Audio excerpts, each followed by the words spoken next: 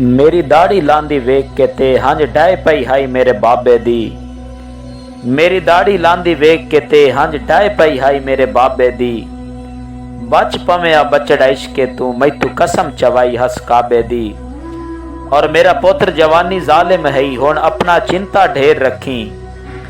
बहु औखी मंजिल चढ़दा पिया हुण होश संभाल के पैर रखी। और ये दौर है 21वीं सदी दा इत्थे खून दी बाजी जारी है। इस दौर दा मजनू कूड़ा है हर रोग ते सोग बाजारी है।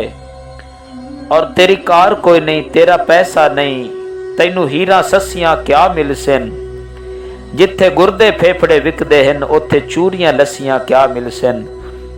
और मैं प्यो दी गाल को रद्द करके तैनू जिंदरी जान दे लकब दिते। कायनात दे वर्के छान के ते तैनू जुम्मल जहान दे लकब दिते। और भला प्यार को जिंदरी इंज होंदा है मेरा हर दुश्मन वंज यार बनाई।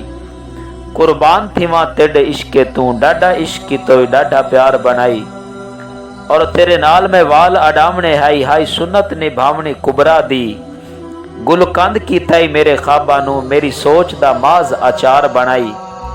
और भावे काल की तोई भावे मैसेज ते मैनू खून रुवाई हर फेरे ते। तेरे बाद में मातम इंज कीते न वट पै गए हैं मेरे चेहरे ते।